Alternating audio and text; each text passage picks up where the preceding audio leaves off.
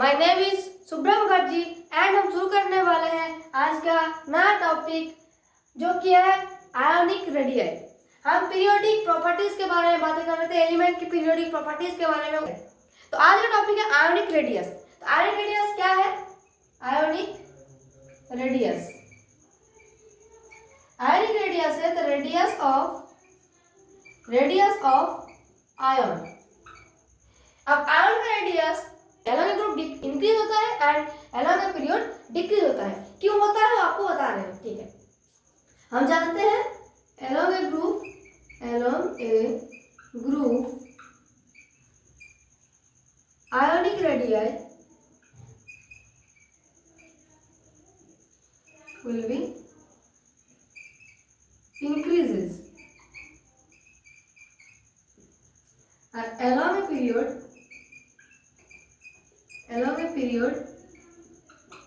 ionic radii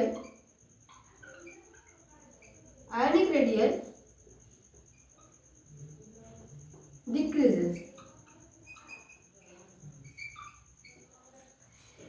along a period और ionic radii जो कि है घटता जा रहा है। रेडियस क्या है?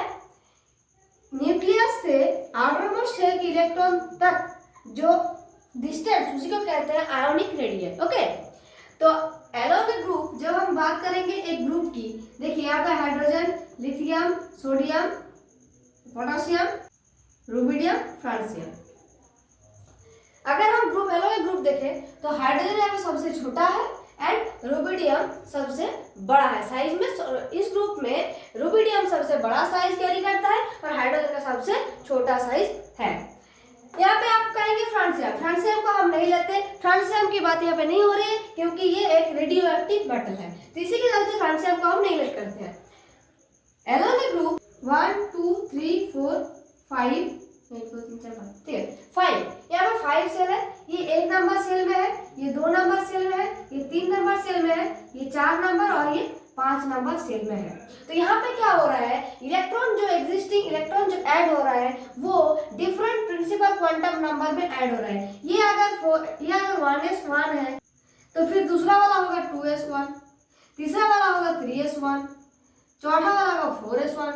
मतलब क्या, ये जो इलेक्ट्रॉन है एक 3 ऑर्बिटल में, एक 3 ऑर्बिटल में, एक 4s ऑर्बिटल में आ रहा है, ठीक है। तो हमारा इलेक्ट्रॉन जो कि है न्यू प्रिंसिपल क्वांटम नंबर में ऐड हो रहा है और इसी के चलते जो 1s जो है 1s का साइज से बड़ा होगा 2s, 2s से बड़ा होगा 3s, 3s से बड़ा होगा 4s। तो यहाँ पे जिसका 1s मतलब 1 सेल में, नंबर 1 सेल में जो है उसका साइज इसीलिए छोटा होगा और नंबर 5 में जो है उसका साइज इसके लिए बड़ा होगा। तो आपको समझ में आ रहा होगा कि सेल नंबर जब इंक्रीज करता है तब सेल नंबर इंक्रीज करता है, इसी के चलते वहां पे न्यू कमिंग जो इलेक्ट्रॉन्स है वो डिफरेंट प्रिंसिपल क्वांटम नंबर में ऐड होता है। Due to this reason their size will be increases in along a group. Okay, अब हम बात करेंगे एलोंग ए पीरियड की। एलोंग ए पीरियड क्या होता है? हमारा आयोनिक रेडियाई जो कि डिक्रीज करता है, ठीक है। Along a group ionic radii will be increases and along a period ionic radii will be decreases। ionic radii यहाँ पे decrease क्यों होता है, चलिए समझते हैं। along a period जो कि है lithium, beryllium, boron, carbon, nitrogen, oxygen, fluorine, neon. Number 2 number shell में है। यहाँ पे न्यू कमिंग इलेक्ट्रॉन क्या हो रहा है, एक ही सेम प्रिंसिपल क्वांटम नंबर में आके ऐड हो रहा है। सेम प्रिंसिपल क्वांटम नंबर में आके ऐड हो रहा है, इसी के चलते यहाँ पे इफेक्टिव न्यूक्लियर चार्ज मतलब न्यूक्लियस से आउटरमोस्ट शेल के इलेक्ट्रॉन की खींचने अट्रैक्ट करने की प्रवणता, force of attraction between nucleus and outermost shell electron, ये बढ़ जाता है। इसी को हम कहते हैं जेड इफेक्टिव। तो जेड इफेक्टिव जैसे कि बढ़ जाता है, इसीलिए आयन का जो साइज है वो डिक्रीज होता जा रहा है। यहाँ पे लिथियम, अगर हम बात करें एलोंग ए पीरियड की, तो लिथियम का साइज बड़ा होगा as compare to fluorine. Okay, fluorine का साइज सबसे छोटा होगा देन और लिथियम का साइज सबसे बड़ा होगा, क्योंकि फ्लोरीन फ्लोरीन एटम में, फ्लोरीन आयन में आउटरमोस्ट शेल इलेक्ट्रॉन को खींचने की प्रोबेबिलिटी न्यूक्लियस की ज्यादा होगी। इसी के चलते आउटरमोस्ट शेल इलेक्ट्रॉन को ज्यादा फोर्स से खींचेगा हमारा न्यूक्लियस। इसी के चलते वहां पे आउटरमोस्ट शेल जो है और ज्यादा नजदीक आ जाएगा न्यूक्लियस का। Due to this reason the ionic radius will be decreases along a period. अभी हम बात करा कि लिथियम का साइज सबसे बड़ा होगा और फ्लोरीन का सबसे छोटा होगा। लेकिन हिसाब के मुताबिक हम जो अलोंग ग्रुप बोल रहे हैं कि अलोंग पीरियड डिक्रीज हो रहा है, आप लोगों को भी दिमाग में आ रहा होगा कि फ्लोरीन हम क्यों बोले, सबसे लास्ट तो नियॉन है, नियॉन का साइज सबसे छोटा होगा। तो नियॉन मतलब फ्लोरीन, ठीक है। हेलोजन ग्रुप का साइज सबसे छोटा होता है। नियॉन मतलब नोबेल गैस जो एटम है उनका वो सब का साइज बड़ा होता है एज कम्पेयर टू फ्लोरीन। क्यों, वो भी हम बताएंगे धीरे धीरे। आयन ज्यादा दो टाइप का होता है, एक होता है कैटायन,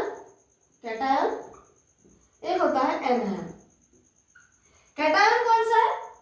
कैटायन कब फॉर्म करता है? जब एक एटम से या जब एक एटम अपना एक इलेक्ट्रॉन रिलीज करता है, तब वहां पे प्लस चार्ज आया था। जैसे कि सोडियम एटम है, यहाँ पे 11 है, ओके। इन्होंने इसने एक इलेक्ट्रॉन दान कर दिया, एक इलेक्ट्रॉन इसने रिलीज किया, तब क्या होगा? Na+। यहाँ पे प्रोटॉन नंबर ऑफ प्रोटॉन भी 11 है, नंबर ऑफ इलेक्ट्रॉन भी 11 है, मगर यहाँ पे नंबर ऑफ प्रोटॉन तो 11 है मगर नंबर ऑफ इलेक्ट्रॉन हो गया 10।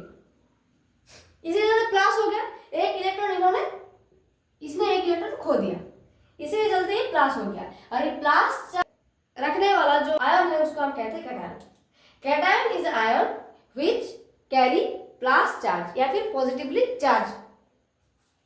और एनायन में क्या होता है? एनायन जो कि किसी भी, हम क्लोरीन की बात कर रहे हैं, एनायन वो होता है जिस एटम के और जिस आयन में माइनस चार्ज वाला आयन को हम कहते हैं एनायन। जैसे कि क्लोरीन का है 17, देखिए क्लोरीन का 17 है।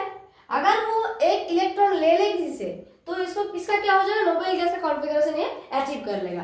और किसी भी एटम इलेक्ट्रॉन डोनेट करता है या फिर इलेक्ट्रॉन एक्सेप्ट करता है, उसका मोटिव एक ही है कि वो नोबेल गैस कॉन्फ़िगरेशन में आ सके या फिर, तो इसी के चलते इसका 17 है, क्लोरीन का 17 है। वो अगर एक इलेक्ट्रॉन एक्सेप्ट कर ले कहीं से तो उसका हो जाएगा 18 इलेक्ट्रॉन, मतलब नोबेल गैस कॉन्फ़िगरेशन, मतलब वो हो जाएगा स्टेबल। तो इसी के चलते एक इलेक्ट्रॉन एक्सेप्ट कर लेता है, Cl- हो जाता है, ठीक है। Cl- जब हुआ तब यहाँ पे देखिए प्रोटॉन नंबर 17 है, यहाँ पे इलेक्ट्रॉन नंबर भी 17 है, मगर यहाँ पे प्रोटॉन नंबर तो 17 है, इलेक्ट्रॉन हो गया 18 और ये जो है नोबेल गैस कॉन्फ़िगरेशन अचीव कर लिया, ओके। तो इसके क्लोरीन में नेगेटिव चार्ज है इसीलिए है एनायन, और सोडियम में पॉजिटिव चार्ज है इसीलिए इसको हम कहते हैं कैटायन। तो जिस भी आयन में पॉजिटिव चार्ज रहेगा उसको कहेंगे हम कैटायन, और जिसमें नेगेटिव चार्ज रहेगा उसको हम कहेंगे एनायन। अभी हम बात करते हैं कि फ्लोरीन हेलोजन ग्रुप की एलिमेंट्स जो है वो नोबेल गैस जो है वो हेलोजन से बड़ा क्यों है? देखिए हेलोजन जैसे कि हम ले रहे क्लोरीन, ठीक है, हम क्लोरीन ले रहे हैं, क्लोरीन का 17 है, मतलब आउटरमोस्ट सेल में इसका 7 इलेक्ट्रॉन है। 17 मतलब क्या? 1s2 2s2 2p6 3s2 3p5। तो आउटरमोस्ट सेल में कितना है? 7 इलेक्ट्रॉन है। तो 1 2 3 4 5 6 7, यहाँ पे आउटरमोस्ट सेल में 7 इलेक्ट्रॉन। अब हम बात कर रहे हैं आर्गन की। आर्गन जो की है 18, तो इसका आउटरमोस्ट सेल में है 8 इलेक्ट्रॉन, ठीक है, इसका आउटरमोस्ट सेल में 8 इलेक्ट्रॉन है। 1 2 3 4 5 6 7 8। यहाँ पे क्या है? यहाँ पे स्पेस बच रहा है, थोड़ा थोड़ा स्पेस बच रहा है, मतलब यहाँ पे इससे कम इलेक्ट्रॉन है तो यहाँ पे रिपल्सन कम है, रिपल्सन कम होगा। मगर यहाँ पे कितना है, यहाँ पे 8 इलेक्ट्रॉन है और जगह ज्यादा नहीं है, इसी के चलते नेगेटिव नेगेटिव चार्ज हर पर रिपल्सन होता है। तो नेगेटिव नेगेटिव चार्ज ज्यादातर रिपल्सन हो रहा है, इसी के चलते इन्होंने नोबेल गैस अपना साइज बड़ा कर लिया, थोड़ा बड़ा कर दिया है थोड़ा, कि नोबेल गैस का साइज अगर बड़ा हो जाएगा तो यहाँ पे इलेक्ट्रॉन इलेक्ट्रॉन रिपल्सन कम हो जाएगा। तो इसी के चलते रिपल्सन हो रहा था, इसी के चलते नोबेल गैस का जो आयन है, एटम है, उसका साइज बड़ा हो गया as compare to halogen. Halogen में रिपल्सन कम है, इसी के चलते वो थोड़ा छोटा है। Due to this reason we can say noble gas have greater size as compare to halogen. Okay, चलिए, तो अगर आपको कोई कहे कि पीरियोडिक टेबल में कौन सा ग्रुप का एलिमेंट का साइज सबसे छोटा है, तो आप कहेंगे हेलोजन, क्योंकि नोबेल गैस अगर आपको देख के लग सकता है कि नोबेल गैस का जो ग्रुप है वो सबसे लास्ट है, और हमने पढ़ा है कि एलो का पीरियड सबसे लास्ट जो है उसका साइज जो कि है डिक्रीज करता है, मगर नहीं, उसका साइज सबसे ज्यादा छोटा नहीं है, सबसे ज्यादा कम साइज, सबसे लेस आयोनिक रेडियस है हेलोजन ग्रुप का। ओके, चलिए अब आगे बढ़ते हैं।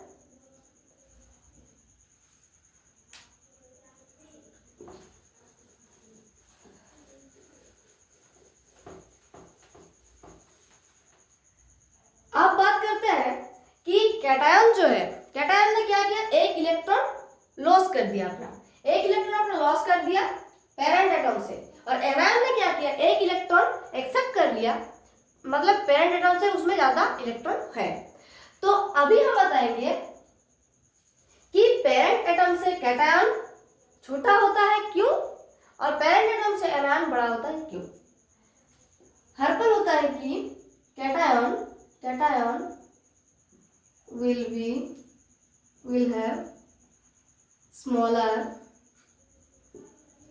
size than parent atom। अब पेरेंट एटम क्या है, देखिए, सोडियम ने एक इलेक्ट्रॉन लूज किया, Na+ हो गया, तो Na हो गया हमारा पेरेंट एटम, और ये है कैटायन। अब इसका साइज बोल रहे हैं, इस Na+ का साइज Na से छोटा होगा, क्यों, क्योंकि देखिए सोडियम में हमारा 11 इलेक्ट्रॉन था, 11 इलेक्ट्रॉन और 11 प्रोटॉन, ठीक है। तो आउटर मोस्ट शेल में हमारा 1 इलेक्ट्रॉन है, तो सोडियम के आउटर मोस्ट शेल में हमारा 1 इलेक्ट्रॉन है, 11 मतलब 1s2 2s2 2p6 3s1, तो यहाँ पे क्या हो गया, 1s 2s 3s में इसका 1 इलेक्ट्रॉन है, ठीक है, 3s में 1 इलेक्ट्रॉन है, आपको ये बेसिक समझ आ रहा है हम। और यहाँ पे क्या हो गया, इलेक्ट्रॉन हो गया 10, प्रोटॉन हो गया 11। ओके, तो इलेक्ट्रॉन 10 हो गया, देखिए एक इलेक्ट्रॉन यहाँ से चला गया, ये इलेक्ट्रॉन यहाँ से निकल गया, ठीक है, मतलब इस सेल में और कोई इलेक्ट्रॉन नहीं है, यहाँ पे ये सेल फाका हो गया। और जब भी कोई एम्प्टी सेल थोड़ी ना एग्जिस्ट करता है, सेल तभी एग्जिस्ट करता है, सब सेल तभी एग्जिस्ट करता है जहाँ पे इलेक्ट्रॉन होता है, तो इसी के चलते ये पूरा सेल ही गायब हो जाएगा, और यहाँ पे क्या सिर्फ 1s2 और 1s और 2 1 और 2 1 सेल एंड 2 नंबर सेल यहाँ पे रहेगा।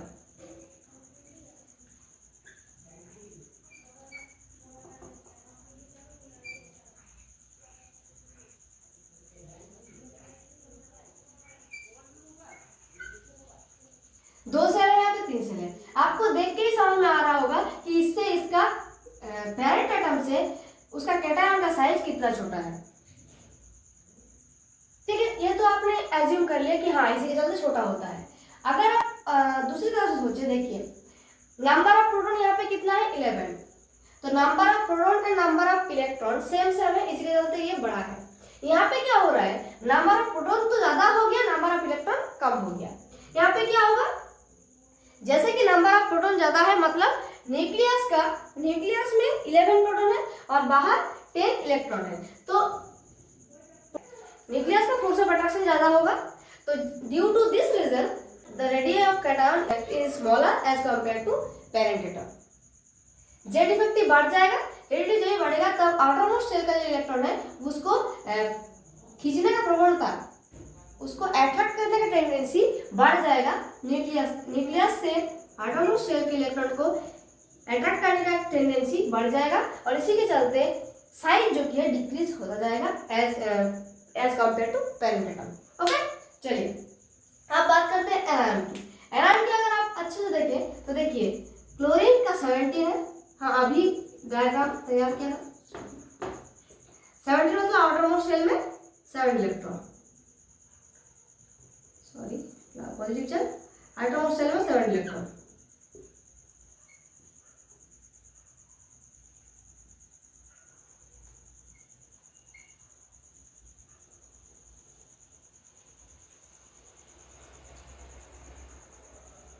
आउटरमोस्ट शेल में 7 इलेक्ट्रॉन है।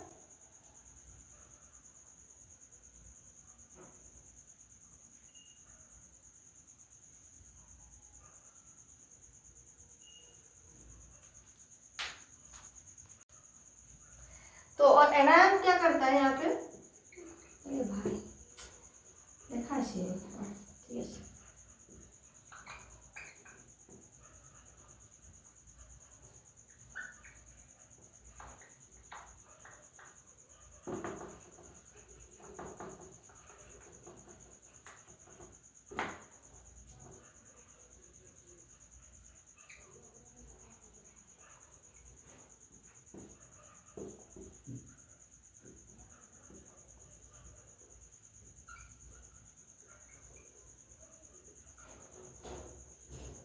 फ्लोरीन एक इलेक्ट्रॉन ऐड करता है, देन फ्लोरीन Cl माइनस हो जाता है, ठीक है। Cl माइनस हो गया, Cl माइनस तब हुआ जब 18 इलेक्ट्रॉन हो गया, मतलब यहाँ पे पेरेंट एटम में जितना इलेक्ट्रॉन था 18 इलेक्ट्रॉन हो गया, ठीक है। तो पेरेंट एटम में जितना इलेक्ट्रॉन था उससे ज्यादा इलेक्ट्रॉन यहाँ पे हो गया और प्रोटॉन संख्या, प्रोटॉन नंबर ऑफ प्रोटॉन जो कि है कम हो गया। इसी के चलते न्यूक्लियस उतना अच्छे से आउटरमोस्ट शेल के जो इलेक्ट्रॉन है उसको अट्रैक्ट नहीं कर पा रहा है, जेड इफेक्ट जो कि है कम हो रहा है, इसी के चलते साइज जो कि है बिगर हो रहा है। तो thus we can say the anion have a bigger size than its parent atom। आपको समझ में आ रहा होगा कि नंबर ऑफ इलेक्ट्रॉन जब बढ़ गया तब आउटरमोस्ट शेल इलेक्ट्रॉन जो है उसको खींचने का टेंडेंसी, अट्रैक्ट करने का प्रोबेबिलिटी अच्छे से अट्रैक्ट नहीं कर पा रहा था न्यूक्लियस आउटरमोस्ट शेल के इलेक्ट्रॉन को due to less number of proton and greater number of electron. The effective nuclear charge will be decreases and anion have a bigger size as compared to parent atom। Okay, तो आपको जितना हमने बोला, जितना हमने सिखाया आपको शायद समझ में आ रहा होगा। और हमने आज जो बोला ये बेसिक है। आप अगर पीरियोडिक टेबल देखेंगे तो पीरियोडिक टेबल के हर एक ग्रुप, हर एक पीरियड में ट्रेंड्स है, आयोनिक रेडियो के ट्रेंड्स है। ट्रेंड हम नेक्स्ट वीडियो में अच्छे से बताएंगे, एक एक ग्रुप को लेकर बताएंगे, एक एक पीरियड को लेकर बताएंगे। आज का वीडियो फिलहाल यहीं तक खत्म करते हैं, मिलेंगे फिर से नया वीडियो में नए टॉपिक के साथ। तब तक के लिए बाय बाय, पढ़ाई करते रहो। जय हिंद, जय भारत, वंदे मातरम।